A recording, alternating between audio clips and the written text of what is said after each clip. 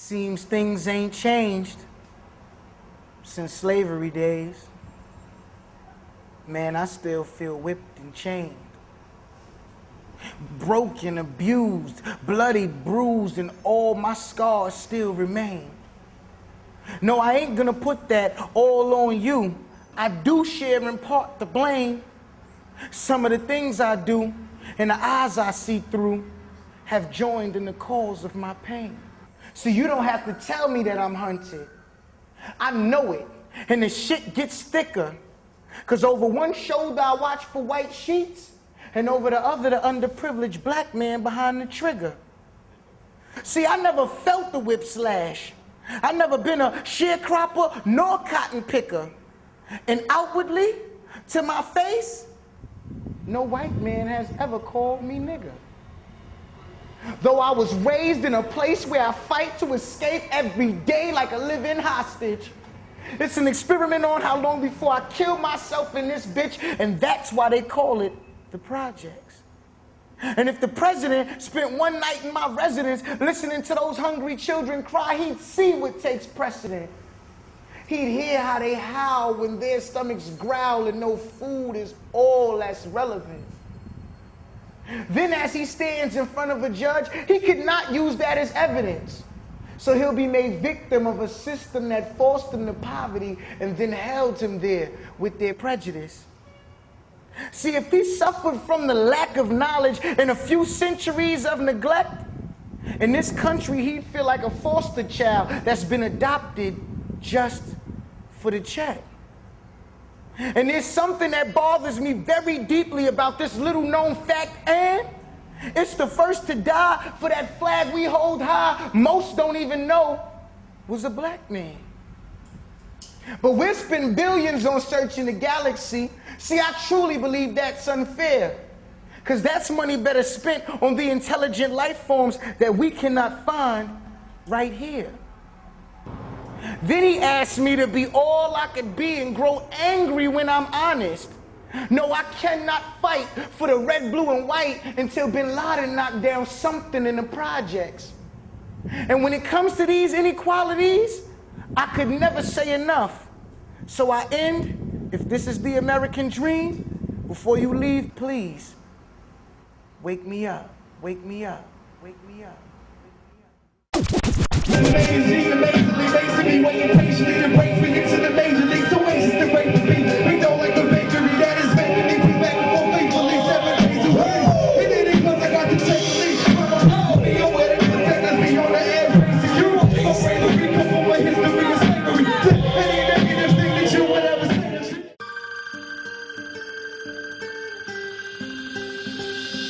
Fake thug, no love, you get the slugs. In the hip hop community now, unfortunately, you know, it's a lot of distractions. You know, like the culture can be blinding because it's extremely bright. You know, and a lot of shining. You know, we're doing a lot of shining right now. We're supposed to do some shining. You're supposed to reap some, you know, benefits, reap some of the fruits off of the seeds that you planted. It's only right, you know. But I think it has become to a point where we forgot about the reason, you know, why we are shining. We forgot about what we did to get this. And I mean, a lot of us started from a particular point, which means we got to refer back to that point because somebody is now at that point that we left, and we have to feed them something. You know what I mean? We can't tell them, well, where we at now, where we shining at now, you can shine too. But you can. But you can't start here. You got to start with what you have. You got to work with what you have amongst the people who you working with and build up. And a lot of cats try to just jump into the game and automatically think you could buy, you know, buy you a chain and buy you a hat and play the part, and you have no respect for the craft and have no respect for the dudes that put in that work. I say, oh, rap is dead, hip hop is dead. Like it moved to the South, like all that is bogus to me. Like, yeah, the South was popping. That's gangsters. I love them niggas down there. My whole family's from the South. We all from the South, you know what I'm saying? Right. So it's like, you know what I'm saying? I don't got nothing towards against them. It's just like, yo, man, we gotta keep it popping right now, man. You know what I'm saying? We can't let these dudes dictate which way this thing is going. We in control of this situation. You know? Like I like what the homeboy Soulja Boy is doing. You know what I mean? I like the fact that everybody that's coming out now don't have to be so hardcore that, you know, we already facing a bad rap as it is. So what's wrong with it? What's wrong with making up a new dance? Snap your fingers, but do you still? You can do it all by yourself. Let me see you do it. Let me see you do it. Hey, snap your fingers, but do you still? You can do it all by yourself. Let me see you do it. Let me see you do it. If you like it, it's all right.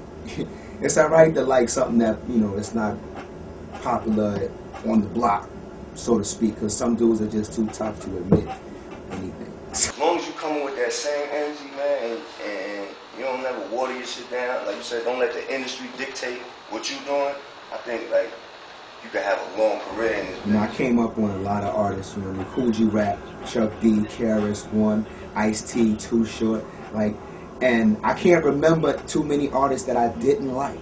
And I noticed that when I read a lot now, like, kids are quick to say, oh, that don't sound like that. They ain't rapping. That beat is la la la. That's a Casio beat. Like, what's wrong with a Casio beat? Before you had an MP 6000, well, how was you making beat? Like, Sugar Hill made live music. They was on the drums. They was on the keyboard. Like, you play that today in the club, it bump. Let's not forget where we was at. This is what we were, is how it would enable us to get where we are at now. I think we in the hip hop community need to stop blaming the corporations and stop, you know, putting it on corporate responsibility. Like, oh, we're saying these things in hip hop and we're doing these things because the man is making me do it. You know, it's the man. Like, it's always easy to blame the man. But we have a lot of power now. Like, we're in control of the music that we're putting out there. We're in control of the media, really, when it comes to covering hip-hop. And we need to exert that power. Like, we need to show people how powerful we are. Because we have shown through the success stories of people like Jay-Z, P. Diddy, 50 Cent, like, all of these guys are worth so much money. So you see what type of power the hip-hop community has.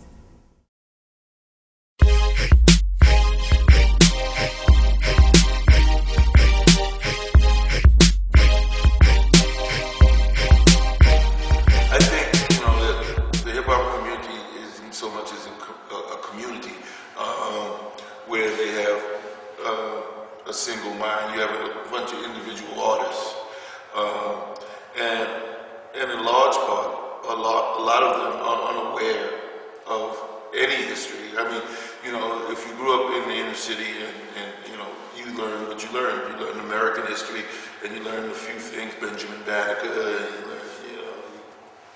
But you know, so the information is important that it gets out to the people that kids look as leaders. Like, as far as myself, what I could do, you know what I'm saying, by people hearing me speak about certain information and speak on topics like this, it'll make them not scared to speak about it. Because you might have certain artists that like, damn, probably you really talking like some shit, like, you know what I'm saying, you taught me something just now. And it might influence them now, you know what I'm saying, to start learning and speaking on certain things, you know what I mean? Like, artists can't be scared to speak out. You can't be scared to get on, you know, documentaries like this and speak on it, and get on like radio and speak on it. The reasons why I really wanted to be involved in the Hip Hop versus America show was I felt like it was something different, and I felt like it was something that we needed. I think hip hop has always had these discussions, but they haven't been put out there, you know, in a wide platform like, you know, BET, and that's what we did with Hip Hop versus America. We were like, look, you need to pay attention to this. You know, pause for a second.